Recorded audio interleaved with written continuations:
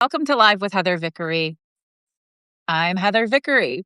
And today we are going to talk about relatability and why it matters in your life, in your business, across the board. Relatability is super, super important. And I had this epiphany recently, specifically because of a kind of random post I put up on Substack Notes. But before we dig in, let me just remind you all of who I am and why you might want to hang out. Again, my name is Heather Vickery. I'm a transformation coach. What that means is that I help folks go from where they are to where they want to be by learning to deeply and completely know, like, and trust themselves and build a life that they feel good about where they can be successful with ease. I specifically support women and queer folks to go from having a pressure filled life to a pleasurable one with more ease by prioritizing themselves, taking radical responsibility for themselves, protecting their peace, and experiencing more joy. So, how does relatability fall into this? Well, it falls into it because it's not a marketing strategy, it's a human one. And no matter where we are in life, whether we are trying to grow a business or we want to promote up at our work or we want to just feel more a part of our community, being relatable is the key to being connected. It's all about connection. And so all of this comes from in late December, mid December, I guess. I posted a Substack note that said, please help me celebrate. I just paid off a massive debt that's been hanging over my head for 2 years, and it feels like such a relief. And it got, I mean, as of now, I think it's got almost 9,000 likes and several hundred comments. And, I'm just like the rest of you. I spend a lot of time and attention in creating my articles that I post on Substack or LinkedIn or on my blog post. And even the social posts to promote those things or just to talk, I put a lot of time and thought and heart and effort into all of those. And yeah, you were lucky if we get a couple of likes and maybe a comment. I know that's not unique to me. It's across the board. I don't take it personal, but this one really popped off. And I spent a lot of time thinking about why that was. And for a minute I was a little sensitive about it. I'm like, why can't the things that I put all my effort into pop off like this? And then I realized it's because this was a really relatable post. It was something everybody can understand and identify with. I was asking folks to celebrate with me. I love that. I love celebrating with other people. If you have a win, I want to hear it and I want to clap for you and cheer you on and tell you what a great job you did. And so we don't share those wins nearly enough. So first I did that and I actually asked for what I wanted and that helps. Second, this one happened to be about money and everybody can relate to that, right? Everybody can feel that. So when you start to think about how you're showing up and where you're showing up and why it matters that you're bothering to show up, thinking about how to be relatable without being performative is super, super important. What does this look like if we're honest about who we are and how we're feeling? And so I have really, and this isn't necessarily new, but I've really shifted how I show up social media wise to something that feels really authentic to me and really honest. And I don't force it. I don't do a ton of pre-scheduling. I don't, I follow what feels intuitive to me at the capacity that I have at that moment. Now, I have streamlined my social media access greatly. I got rid of all of the Meta platforms. That was a year ago. I don't have any of those. That felt very scary and very brave. Like, how can you have a business if you're not on Instagram? Well, the truth is you can. You can have a business and not be on Instagram. How can you be successful? Well, I am. And success is self-defined, right? But I found that I was spending a ton of inauthentic time on platforms like Facebook and Instagram. I was trying to make it look pretty and sound pretty, and people desired it. And I cared a lot about how many people interacted and were they looking at it and were they commenting, but it wasn't actually turning into business. So I realized it was just a vampire energy suck for me across the board. There was nothing relatable and there was nothing honest about it. So I love using Substack notes and Substack articles. I have two publications on Substack, Radical Ease, which is related to my work, right? How to go from a pressure filled life to a pleasurable one with ease. And then I have the Reading Well. And this is because I love to read and I learn a lot about myself and the world when I read. And it's a way for me to nurture myself and protect myself and be peaceful and rest and grow. And any conversation I'm in, I'm talking about books. So I created the Reading Well. And it's got some energetic boundaries because that could take a ton of time as well. But I love them both. And I do these posts when they feel authentic to me, when they feel good, when I'm called to do that. And a lot of this for me comes from seeking the glimmers. Are y'all familiar with the term glimmers? We talk a lot about triggers. And those are the things that kick our nervous system into survival mode. They don't feel good. We don't want them. Triggers is a really big word right now. But glimmers are the opposite of triggers. These are the tiny micro moments of safety, joy, and peace. These things that if you focus on them, grow. See, that's the thing about the universe, and especially the quantum field. What you focus on grows. If you're looking for things to be icky and shitty, you're going to find that. If you're looking for things to bring you joy and peace, you're going to find more of that. It ties very much into positive psychology, which I'm certified in, and gratitude, right? Gratitude is the number one thing that is scientifically proven to increase overall happiness, joy, and well-being while decreasing stress, anxiety, and depression. It's not woo-woo. It's not spiritual. It's science. It's really freaking cool. You can see it when you measure people's brain. If you do an MRI on somebody who doesn't have a gratitude practice, and then they start listing three things they're grateful for and why every day, and you come back in 3 months and do another MRI, you can literally see the changes neurologically. And looking for the glimmers, allowing space for the glimmers is really deeply connected to that. Um, how this shows up for me is uh, when I see my puppy find the sunspot. I love the sunspot in the house. I love to sit in the sunspot. I love to feel the warmth of the sun. But when I see that and I pause and I stop and I rest and I'm like, look how cute he is. He found the sunspot. And I just feel a little glimmer of joy. Or when I take that first sip of coffee in the morning, instead of rushing through it, and I'm like, oh, here we are. This is lovely, right? Or I'm not a big winter person, but I can see outside my window, there's some snow still on my neighbor's roof. And the snow is so pretty and it's so pure and it's so, it's just clean up there, hasn't gotten dirty. And I can just appreciate that, right? Glimmers can show up anywhere. They're little micro things. Right now, glimmer for me, hope core for me across the board is all things heated rivalry. Absolutely loving it. Like it can be whatever you want it to be. And you don't need to apologize for your joy. You don't need to apologize for stopping and noticing things that make you feel happy or make you smile or be present in the moment, whatever that looks like.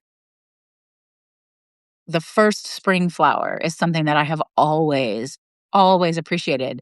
And clearly that has been a glimmer moment for me for a long time because last year when my oldest daughter, who's at the University of um, Washington in Seattle, she saw her first spring flower and she took a picture and she sent it to me. She's like, look, the first spring flower, right? So teaching my children and the people around me to stop and slow down for just a minute and be present and feel connected.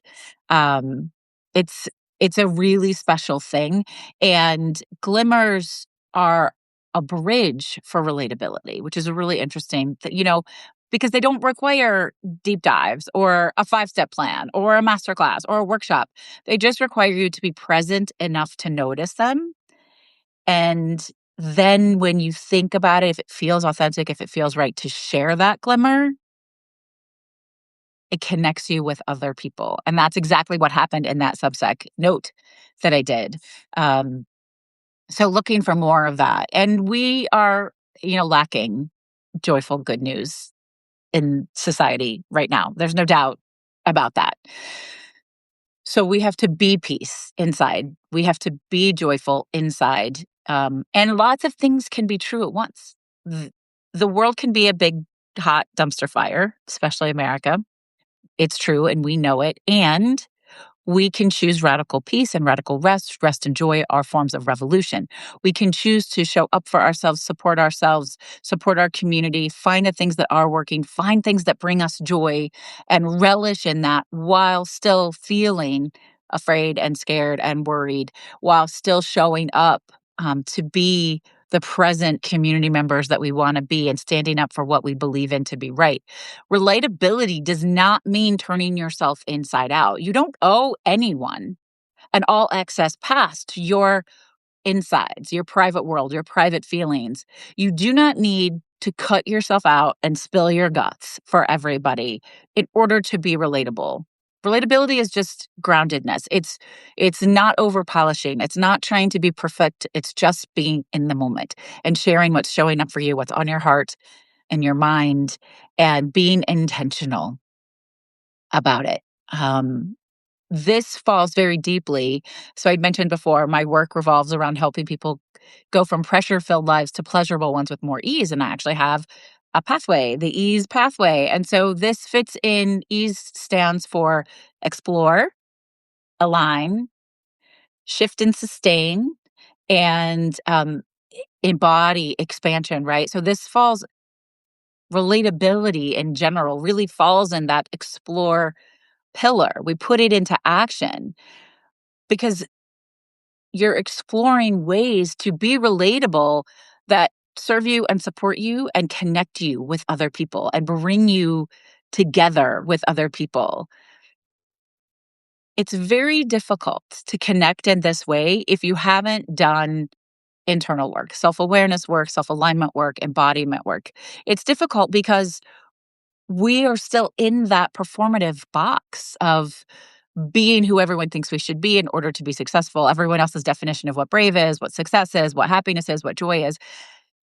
When you want to be truly aligned and embodied and relatable with ease, this comes from inside. It's all inside work, right? Inner peace is inside work. It's not something that you can do, you can check off. It's something you become, it's something you choose. And then when you share from that space, that is how you build relatability. And it's interesting. You're going to see a lot more stuff in this vein from me because, and I'm going to share, we're going to do a live show coming up in a couple of weeks. I hadn't originally intended to do a word of the year, but a word of the year came to me this week, and that word is excited. I feel like there's been a lack of excitement for me in what I'm offering professionally and what I'm doing. And I need to be excited. I need to be deeply excited. I am not the kind of person, now perhaps this is because I'm a projector in human design, but I'm not the kind of person that does anything well if I don't have an element of excitement about it. And I can hear all of that patriarchal conditioning around saying that. Like, well, sometimes you just have to do things and suck it up, and not everything can be fun. And I can hear it all, and I can feel it in my body. Like I feel I don't like that. However, I also have the tools, subconscious reprogramming tools, NLP tools to shake all of that off and say that I can find ways to be more excited about everything I'm saying yes to in my life. I have to be creative in how I do that. And one of the things that showed up for me recently is simplify. I'm not excited about putting new offers out because marketing them and selling them and promoting them is going to be too hard. And so why start? Like, listen, I could do it, right? I could do all the business coaching. Um, I choose not to be a business coach because that doesn't feel like where I want to put my energy. But I have all of the same limiting voices and thoughts and issues that everybody else has. I have all of those. I just have the tools and resources to move through them really, really quickly, which is nice. So I hear all of those negative things. I feel them like in an instant. I can feel my body cringe. And then I say, no, I need to get creative. And how can I simplify? And what kinds of things would I be excited to give out into the world that I can maybe, not fall into the crazy marketing expectations with. Maybe I don't have to do a fancy landing page. Maybe I don't have to have a huge email sequence. Maybe I can just put it out there and birth it and talk about it with excitement and see what happens. So that there is something coming next week. I'm super excited about it. It's called the Glimmer Lab. And it's going to be easy. It's low hanging fruit. It's going to be a lot of fun. It's going to be joyful. And it's a join as you want to. There's no major commitment. Like all of this feels really good to me. I'm not overdoing it on my end. And I want to make it really easy for everybody else. So I'm playing with what that looks like. And when it comes to regular life things that you have to do, apply this same approach. Um, Sometimes when I'm making dinner, listening to an audiobook makes me more excited and I can focus. Sometimes having utter silence makes me more focused and I can be more excited. Sometimes music and dancing while I do it gives me that feeling. It takes your intentional presence, checking in with yourself, having a pause and checking in with yourself and saying, what do I need right now to feel good about what I'm saying yes to right now and what I'm doing? Whether they're things you quote unquote have to do, got to feed your family, maybe there's work stuff you have to do. How can you do it in a way that leads to some glimmers, that leads to some joy, that leads to some excitement? Find a new way. One of the things that I do all the time, and I have a whole slew of subliminal audios available on my website, is I listen to subliminal audios while I work, while I'm working on things. And I think I have 5 of them in my shop. And then I also have a whole series of human design focused subliminal audios to help you show up for yourself in whatever ways you need to. Again, it requires that pause and that reflection. What feels hard today? What am I struggling with today? What do I want to nurture today? So those human design subliminal audios are amazing for that. And so listening to those while I'm working in the background gives me some of that excitement. It gives me back some of that joy. It gives me back some of that connection. So my reflection question for you today that I want you to think about is think about those people that you admire and that you trust the most. Is it because they're perfect and they're getting it right? Or is it because they offer you this bridge to relatability? Is it because you're sharing in the humanness of life? These things that either bind you because they bring you joy together, or you can sympathize with one another, you can feel one another's pain, you can support it. Do they allow you an honest exhale? Do they make you go, "Ugh, me too? Good or bad, right? Like, how are you connecting with people? And how can you offer that same bridge to everyone else in your community? What does that look like for you? And how can you feel good as you're doing it? So I love that. I hope that you'll think about that. And maybe you'll pop in here and give me a comment and let me know, like, what does that look like for you? What does relatability look like for you? What does it feel like for you? And then I'm going to close out like I do every live show, and I'll be back next week. I won't take another long break like this until summer. I'm taking my daughter to Italy. I'm so excited to take my girl to Italy. It's going to be fantastic. Look, talk about being excited and living in the moment and being joyful. I have really committed myself this year to doing things that feel exciting to me and not worrying about where the enoughness will come from, enough money, enough time, enough resources, and trusting that the universe has my back, because it always has. Everything always works out. And if I look back, I can see that in a repeated pattern.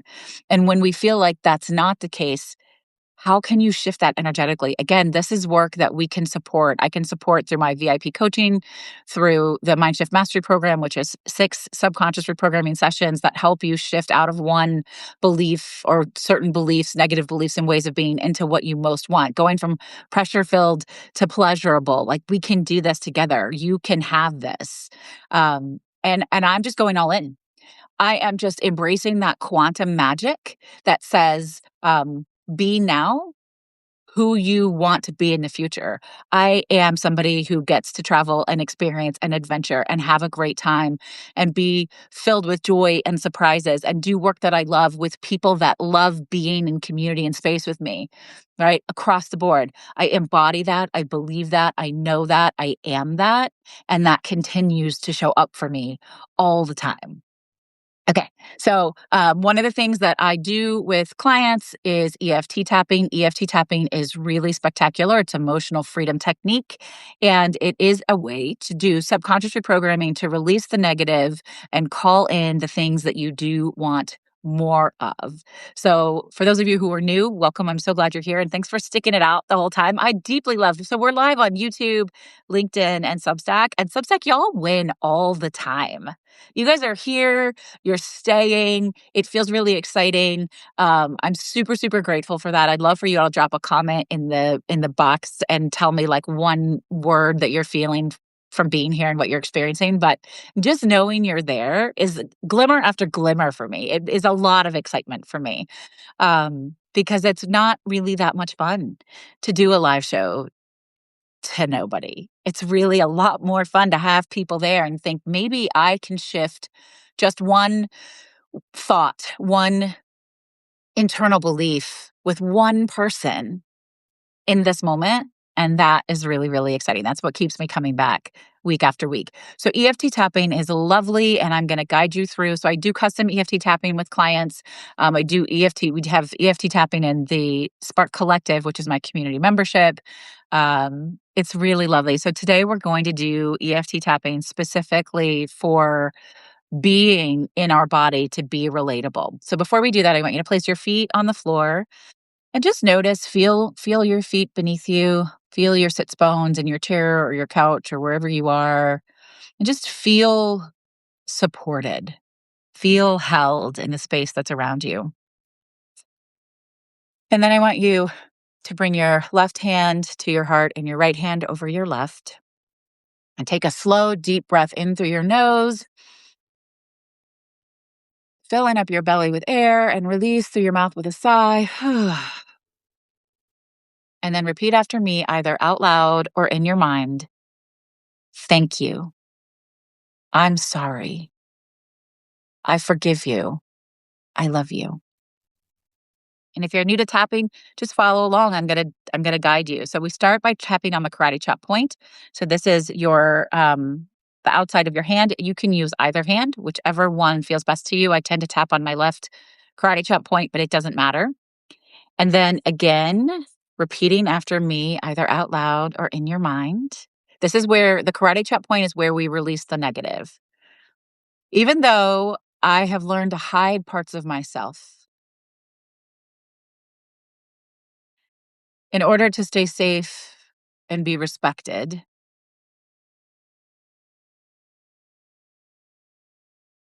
I know that I don't have to do that anymore.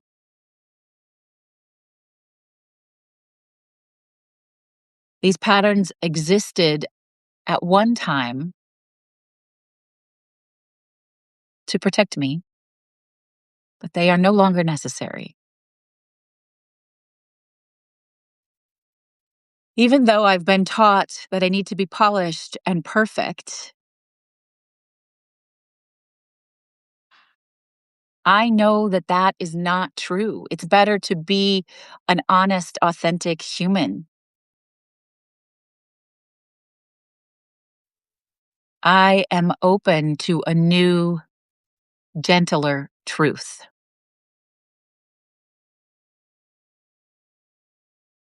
Even though I sometimes hold back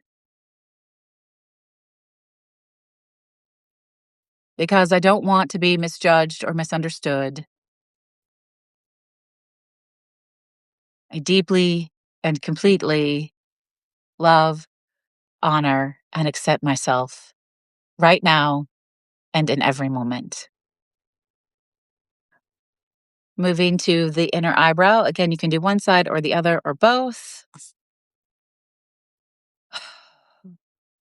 I've learned to perform, but now I choose to be present. I've learned to keep it together and only show the best, but now I choose to just be honest in the moment and be willing to put myself out there and seek connection. I want something different now. Side of the eye, one side or the other, or both, your preference.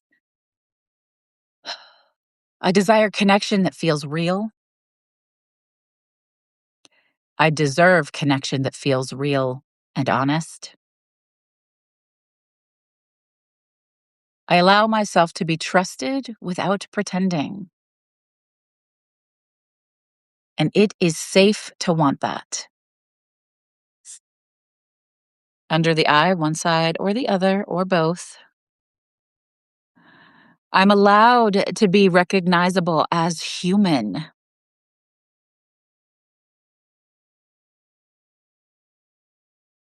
I do not have to earn belonging by performing.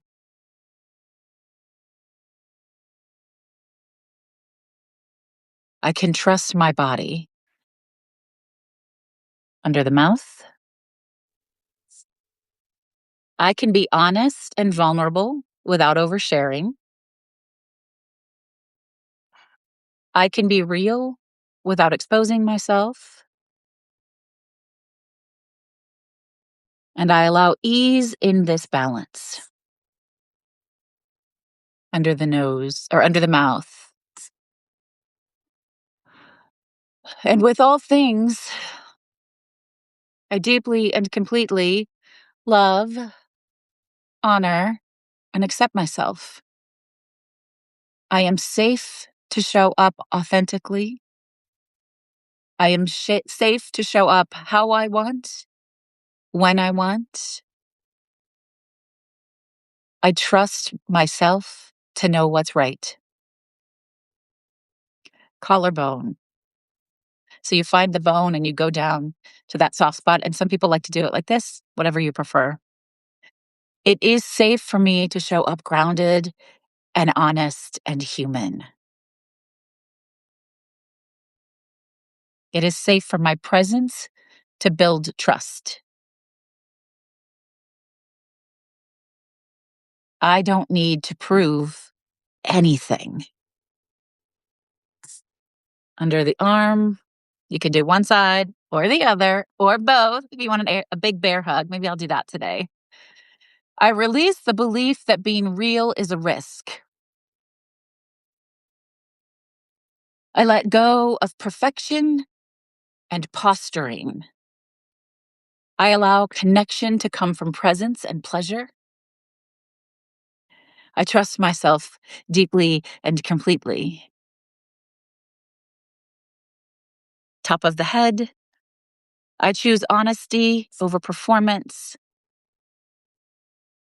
I choose ease over pressure.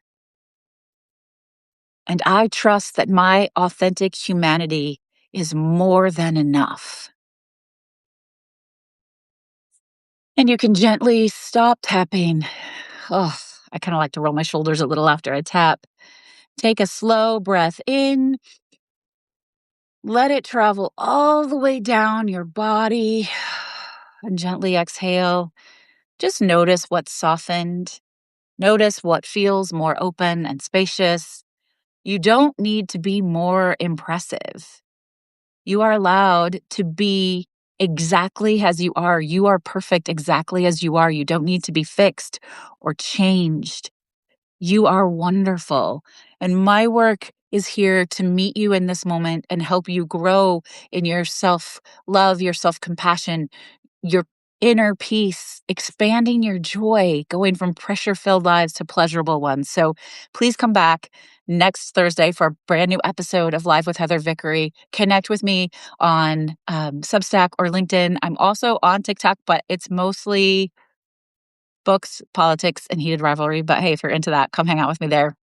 And if you are interested in having any support, human design support, subconscious reprogramming support, just coaching support in general, let's schedule a chat. We can do a discovery call. You can send me a message, or you can find that link on my website, which is linked in my bio everywhere that you are. I'm so glad to have spent this time with you. I thank you for showing up, having your time here, and knowing that you're here is exciting for me specifically because it allows me to know that you are choosing yourself, that you are choosing to show up for yourself, that you are choosing to give yourself a few minutes of time just for you, to nurture yourself, to pause, to be reflective, to support yourself. And this is what I love to do in the world.